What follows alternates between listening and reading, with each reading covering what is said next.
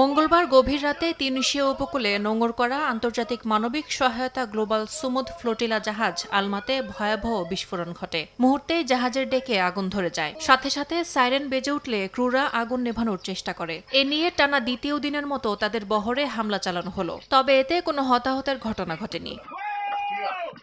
এর আগে সোমবার রাতে একই বন্দরে পর্তুগিজ পতাকাবাহী ফ্লোটিলা জাহাজ ফ্যামিলি বোটে বিস্ফোরক বস্তু ফেলা হয়। এতে জাহাজের প্রধান ডেক ও নিচের অংশ ক্ষতিগ্রস্ত হয়। তবে নৌকায় থাকা ৬ যাত্রী ও ক্রু সবাই নিরাপদে ছিলেন। ড্রোন হামলার দাবি অস্বীকার করে তিউনিসিয়ার স্বরাষ্ট্র মন্ত্রণালয়। এ ধরনের দাবির কোনো সত্যতা নেই বলেও জানানো হয়।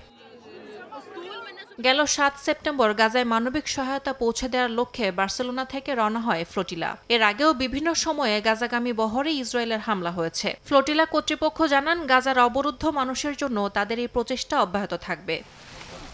ইয়াসমিন অনন্যা, সময় সংবাদ।